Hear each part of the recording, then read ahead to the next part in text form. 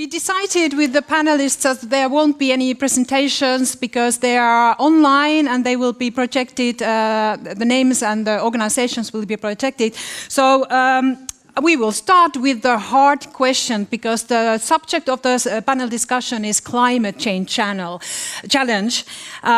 So I start with the hard one. And this has actually been asked before the event. And it goes like this: China, USA, India, they all produce the biggest share of annual global CO2 emissions. Why should small countries like Finland, with small global CO2 emissions, fight against climate change? Who will start? Why should we do our share in such a small country? Vesa. Okay, thank you. Well, I see that, of course, that is responsibility of everyone to do something for the problem. But there are absolutely no any means we could somehow capture the carbon dioxide in Finland, what the others emit to the atmosphere. And this is the actual problem. There are ways we can restrict it, but our forest, it can never be a kind of sink for the carbon dioxide in global scale. Sabine, what do you think about the question? How would you say? Why should we? Well, I say it's an opportunity for a smaller country to become a front runner, so to become a country of innovation instead of an economy of scale, because I think we need to move away from these kind of models. Okay. Any other comments? Laura? Yeah, I put it this way, that the world is changing regardless of us. In that sense, it's true. But if we think about the net impact that Finland can make, it's definitely through technology-enabled solutions that can help worldwide. So we should not really think what we can do only inside our own borders, but much more what we can do and contribute globally. What about Petteri? Yeah, I think it's more about individuals than nations as such. Because when as individuals we change our consumption, we can pressure the industries and we can pressure the decision makers also to change, for example, regulation. And we also have to understand that we're talking about US, India and China. These are among the top exporting countries in the world. And we are the consumers. So basically, in their mills, they are producing products for us to consume. So is your message we should not buy their products? My message is that we should think what we really need. Okay. And what should we consume. What comes to your mind, Thomas? I think we have to see it from two perspectives. So one is a thing, why do we or entrepreneurs here work in green technologies? First of all, I don't think it's a bad thing if you do it because it makes economic sense, first of all, because actually there is a lot of need for it. The production price of electricity with green technologies has decreased a lot, so you can actually make it a good business. And this you can do, it's good for the GDP, etc. And it gives a good role model to others. And secondly, of course, it's about, I think here in Finland you have a very nice kind of a sandbox where you can try things out. It's a safe environment. You get some support also from other organizations, maybe even from the government. And if you develop technologies which then also show to the Trumps of our world that you can actually, it makes sense and you can actually provide energy or other means which are relevant with a better price than the old industries, you can really export it. And therefore, others don't have this safe environment where you can maybe work on something for 3, 4, 5, or even 10 years because they have to show other kind of results. So I think it really makes sense to, for developed, even smaller countries to be active in this field. Yuri was so passionate earlier about this subject. So what would you say? Why should small countries like Finland contribute to that? I think that the pollution and emission don't have borders. And of course, the world is changing, we should change. And the world is needing solutions of scarcity. And our actually footprint is very high per capita here in Finland, so it's not very low. And of course, and many times also these problems are also very, very local. For example, some emissions in certain parts of Finland, and also the contamination of the water and contamination of the land. So these are here as well. We are used to that we have a very rather big country and very small population, and we have got very clean air and water and climate in all. It was given to us. Why should we spoil it? Yeah. So I don't understand the question really. Okay. Actually, it was somewhere I read that the Finnish the citizens in Finland, the CO2 emissions are in the top 14. And if we compare to Sweden, which is usually our rival or best competitor, Swedes are on number 67 or something like that. So their emissions are much, much smaller than we have in Finland. So it's always good to, Jyri had a comment. But it doesn't go only away, or this change will not only happen with the harder regulation. We need incentives. And a favorable business surrounding for these new innovations. And one of the biggest sort of barrier has been this public procurement, for example, that Oulu and all the other cities have to buy these new solutions instead of doing the old way. Actually, the big industry is changing now. And they understand because they are global. They see the global problems. Now the change has to come to all and the standard of all industries and all of our businesses. Laura had a comment. Yeah, about that, how we do globally, it depends on our industrial structure. We have quite a lot of heavy industry and manufacturing, steel manufacturing, but we shouldn't think about that it's only Finland who's actually using those products. It's all of the world, and our industry is is actually the cleanest in the whole world. So we should take the net impact again here into the calculation, that if we take this out of Finland and it's transferred somewhere else, it definitely might not be better for the whole world. But instead, we should really invest here in Finland in being able to continue along that path and become much better still. Okay. Now, the second question is the one where our audience can vote. And there is a sentence claiming something, and you can vote whether you agree or disagree. And audience, please raise your mobile phones with the lights on so that our panelists can also see it. If you agree with the following: climate change is an opportunity for industry, not a threat. So who in the audience believes this is more of an opportunity to the industry, not a threat? And please, panelists, you can raise your hand simply. Do you believe it's more like an opportunity, not a threat? Okay, we have some. And this, yes. There is half. Challenge. Okay, Vesa was, a little bit pondering what to do. And Yes, I think it's of course a threat, but in principle for the Finns it can be an opportunity. Yes, it very much depends what point of view you are watching this. Okay, and Jyri was not sure whether it's an opportunity or threat? I think challenge is a good one. Okay. Do we, meet the challenge or not? Any other comments? I think it's an opportunity, but we do need to think about taxing pollution. So as long as we don't tax pollution or other systems, it's really hard to actually scale the opportunities that you're making. So it's okay to have different business models that are favorable of recycling or circular economy in our current, if they're small scale, but if you actually become to scale, it's really hard to compete with business as usual. Okay. So Now, Sabine, you come from the Netherlands. Do you already tax pollution in there? nope. No? We don't. No. Okay, how about Thomas, in Germany, do you tax the pollution? Definitely not in a way that it prevents anyone to pollute. Let's say it like this.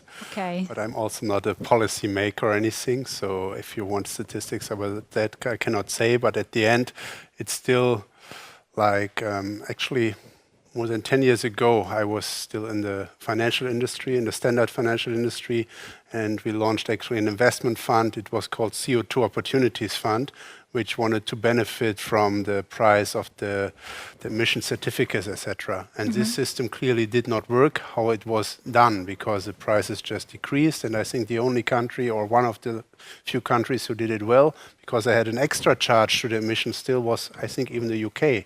And then they changed a lot of things actually in the like from coal to other energy providers, etc. So I think there is still a lot to do.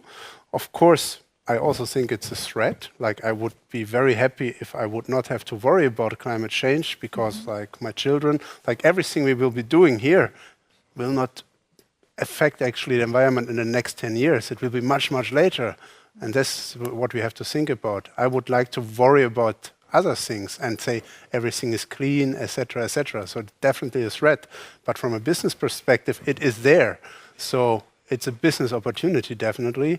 And at the same time, it's business, and you can make our children's life and world better for the future. So actually, what you can gain is a lot, and not doing it, you're throwing away something. So it's a logic. Laura was raising hand when Yuri was saying something about subsidies. It's about, yes, absolutely. So about the climate taxation, first of all, the climate and pollution, it's global. So that's a very complex issue. How we could get global solutions or at least European scale solutions to work out. But then what industry can do, and for example, technology industries of Finland have made a commitment to energy and climate policy guidelines. So all of you who are from technology companies in Finland, this is your policy as well. So it's a commitment to keeping global climate warming up to maximum 1.5 degrees. And also the commitment to move from the subsidies towards more investments that are renewing and building capabilities, such as R&D investments. So if you think about public subsidies, that should be the direction that it actually builds the future. The subsidies are really great, but we shouldn't subsidize like the economy that we're trying to have. We should start with the pollution, because we're now, if you subsidize companies and especially renewables and circular cases too much, you don't build healthy businesses. Yeah. So I think you really should invest in innovation, subsidies in innovations, but not in the businesses themselves. Yes. And what you see in the Netherlands, but this is global, this is a global trend, is the moment they start to scale, there's no way they can compete, for instance, with virgin plastic. So if you have a business case built on recycled plastic, there's no way you can compete if you're going to scale with virgin plastics still. So. For our international audience, you might heard or you might know that Finland is forming a new government. Now you have a chance to give some greetings to our negotiators in Helsinki. What would you tax in Finland? That's for our Finnish participants. What's your first priority if we should start taxing pollution in Finland? Where would you start? Yuri will. I don't, because I don't want that we have more taxes. We should take the taxes away from the work and from the entrepreneurship and put it towards emissions and such. If you have a better business model, the taxation, which is with the lower inefficiencies and emissions, it should be taxed less than the other one. So that in that way, but not more, because then we are in stagnation very soon, that nobody actually doing anything here. But just this was already investigated. So there's a project called the X-Tax project, and they actually made an entire research on how they would actually shift this tax system into shifting away from taxing labor and taxing resources. Okay. So specifically, start taxing the extraction of new resources from ecosystems. Okay. What about Petteri? Because taxation must be on your table. You are presenting a company that is producing biofuels, for example. Yeah, we are more pro on subsidies. So in that sense, of course, when we have innovations, that's something that we have to subsidize, especially when they are in the beginning. So In the early stages of the innovation. That's important because otherwise they can't grow. Is this too political question at this time of the year, Laura? No, absolutely What would you not. tax? No, I would say we shouldn't actually raise taxes quite a lot, but what we should invest in is skills. Education, skills, development and innovation, because I think those are the ones that create solutions. But then obviously there are a lot of ways how legislation can guide and give incentives for the transformation. But as we already spoke today, it has to be stable in a way that it's economically feasible, that the solutions that we come up with. And I think the companies and actors in the market are themselves best to innovate, but we need skills for that. Yeah. Thomas? So I'm not a friend of taxes and even do more taxes. I think we can only solve this if we export our expertise and technology to other countries. And this was part of what I talked about before. Like what we should work on is bring the technologies we're having to developing countries, to India, to Africa. China is maybe another topic because they're already quite developed, but where we can have the most impact is actually doing it somewhere else because there are much more people, there are much more pollution. So what we should think about in this, like I'm not finished, so I should not give your government any advice, but if I would give the advice to my German government is actually give the businesses who have interesting technologies some guarantees if they make business in Africa, if they make business in India, help them actually to establish the businesses there because there is a perceived risk. It's even not that high that people see it, but they will not go there. And actually real impact and scalability of what we all are doing, we can only do in the countries where there actually is a lot of pollution without already some technologies being used. So I think really our resources can be used much better there. We should test here, we should implement it all here, but then we should work on scaling it up in other parts of the world.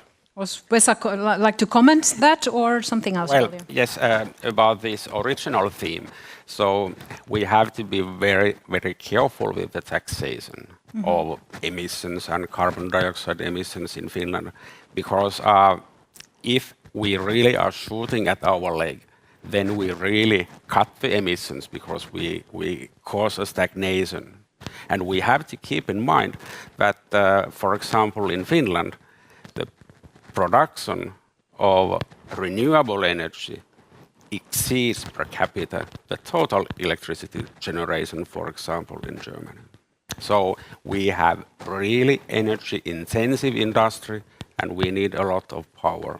But the proportion of renewables in Finland, that's pretty good level. It's not at early stage. Okay, so it depends on what you compare with. Yes. Actually, where you start from. Okay. Now, before the event, I was calling each and every of the panelists and asking them if there would be one single question we should be discussing, what would it be? And that seems to be very hard. But Yuri was bold enough to give me an answer after one night thought. So I take this opportunity and I thank Yuri for that. The big question is how to change human behavior. So circular economy, we've seen it in your presentations today. It's the solution to climate change. But how can we change the human behavior towards circular economy? What would you say helps us in this process? Is there a silver bullet for this? Who wants to take the first? Yeah, Yuri again. Yeah, sorry, then I'll be quiet. But actually, I don't know if you know this economist from the 50s, guy called Viktor Lebov. He actually invented this or gave speed to the consumption that we are now having. And he means that we need demands that we make consumption our way of life, that we convert the buying and use of good into the rituals. And then again, we need things consumed, burnt up, replaced and discarded at an ever accelerating rate. So I think that's an horrible statement. And before that, we used to have, lifelong products, which is actually the future. That we have to have shoes that last for longer than 2 months. Sorry, Nike. and we have to have engines that will go on, and we have to have totally changing our ways of consumption. And because it wasn't there before. We tend to, have a very, very long periods of, and then you gave the good ones to your children, and it went on and on. Where is that? Where is that? Yeah. Actually, I'm thinking about Ilkka Halava's presentation that machines do certain things and what's left for us humans is the process and thinking and artistic. So is there a new era for somebody making our shoes again, locally? Somebody tailoring our suits again? It doesn't have to be locally only. It can be globally, like this good, if you have a good brand, it's a solid and it will last for decades. Yeah, I have a few examples of what the stuff that we're doing. So what we're trying to do is we're trying to address people in all their roles in the system. So you're a consumer in the first place, but you're also maybe part of a bigger company that has specific waste flows, for instance. So what, for instance, we do is we have public programs where we actually start plastic diets. So we go on a plastic diet with 200 people in the city of Rotterdam to make sure that we don't use any single-use plastics for a month, which is extremely difficult, I can tell you. What we also do is we organize circular challenges. So corporates can give us their waste flow, and we turn it with design teams and local schools into products within 3 months. So these are like very concrete steps that you can take, and the products are definitely not going to be perfect, and you're not going to be able to use no single-use plastic anymore, but you can try. You can see that people start shifting their minds towards the concept of waste, because if you look at natural systems, there is no waste. Yes, everything is recycled. Laura had a comment. A couple of points which I think, first of all, I believe in young people. That's why it's important to invest in education, skill building. If you look at young people, they are very interested in the climate and their environment. They teach their parents that you should recycle and so on. So I think if we put more effort into that, they are willing to make many changes. But the second thing is price of things, and this is why we're talking about the business models, what you're selling. Just a couple of days ago, I read an article that clothes are never going to be as cheap as they are today. That's probably true. I mean, they are so cheap that it's easy to buy new and new. Yeah. So we have to figure out a new model how this works. Vesa has something to say. Well, this, should I say, circular economy, I see it much more as a saving of natural resources than the question of climate change, because the climate change, it comes very much from the energy and consumption of these fossil fuels. But we have tens of strategic raw materials, metals, everything, and these should be utilized effectively, and they must not be lost. They must be recycled, and that will keep the cost low also. So utilizing the raw material in more efficient and more clever way. Okay, that's your hidden silver bullet. Yeah, Petteri. Yeah, we actually did this in Kilpilahti refinery area. So there's more than 10 companies working there. And we look at all the material and industry each of the companies, and then we discuss with the companies what to do with this. So basically increase the resource efficiency and energy efficiency as well. Yeah. And based on that, there's nowadays 11 companies, so there's one company more that the companies saw that there's a need for one company to do something with the streams that they had. So Yeah. So wrapping up, to changing the behavior of human beings, start with your children. They can teach you already quite many things. Start with the small tryouts, first with the individuals, and then scaling up to the companies, as Sabine was giving an example. And then the third comment was that you could, think how to utilize the raw material in a more clever way. And actually, I've been reading the many articles about Finland, the project where you study what to do with the cellulosa. Today, we are exporting that to some far distant places, but now we are investigating what to do with that. And I actually came across with an article that had bicycle in it, and this is based on cellulosa. So there are quite many opportunities regarding forests. Okay, we have such a short time. We still have 5 minutes. And my last question is something that it applies to all of us. What we all can do, what the companies can do. So give us your own company example, what your own company is doing to fight against climate change. Who would like to start? Maybe Thomas? What's your company doing? The whole business is about. Yes, actually, yeah, but a few things still I want to say. Like a lot of companies, for example, say, okay, when the people are going on a plane, we compensate and buying the CO2 certificates. Actually, this is not what we are doing.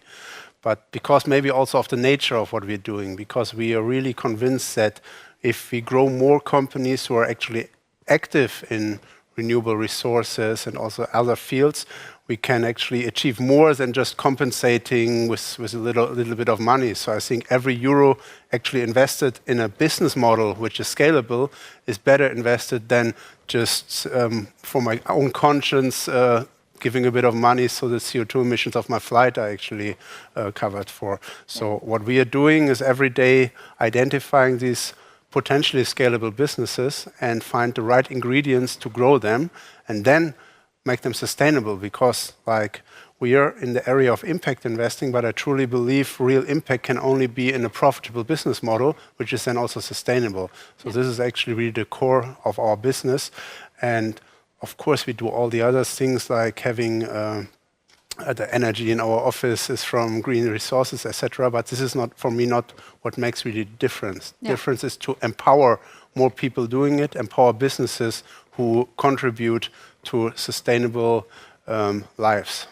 Okay, thank you. Anybody else? Petteri, then Vesa? Yeah, well, this is quite easy one for us. We have engineered and constructions all Neste's next BTL biodiesel plants, and now we are working hard to make the Neste Singapore expansion true.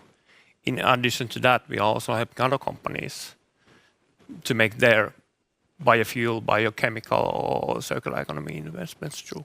Okay, so every day you see the results of your work, and that's benefiting for that. Vesa? Yes, and Kaisel is also working entirely with renewable raw materials and renewable products. And indeed, even the raw material is a side stream from mechanical sector. So the pulpwood, it has little other use than combustion to energy. Yeah. And process is almost waste-free. So we can practically utilize all the side streams and produce as a side product green energy. This is, should I say, really, really as if an easy question. Okay, the easiest one for you, Laura. Technology Industries of Finland, starting beginning of this year, we have put sustainable value creation at the core of our strategy. I believe it should be at the core of all company strategies long term. And then in addition to working on a national level with the policies, we also work together with the company community to really create both willingness and capabilities to change in a concrete way. Okay, and Yuri? Sitra's mission is sustainable well-being, and of course it's about driving the climate change and also driving to fighting against the scarcity of our raw material and clean nature. But we have three main tracks there. One is the circular economy, one is impact investment, and third one is fair data economy. And and also we try to implement these principles of sustainability in all our own operations as well, meaning like how you travel your work trips and so on. So using as much public as possible and this type of changes and also not producing waste or mitigation in our all systems. And now we've been working a lot with tech industry, like personally me, and the next what we start on the 22nd with chemical industry is because they have now stated a vision of being carbon neutral in 2045. So we are now starting to create tools like we did with the tech industry. So I'm now starting with them to get to there. Yeah. So I of course they are very serious. So one thing about the message to these regulators is to have a predictive legislation. Not to change it every 5 or 4 years. Okay. Because usually companies do adapt and find new paths and new ways to go further. Okay. So you come back to the politics. Yeah, but then, Sabine, what is in your own company? What do you do to find? We bought the biggest, most ugliest building in the city of Rotterdam. It's a big abandoned water park of about 12,000 square meters, and we're renovating it in a circular way. So we're experimenting with a circular building.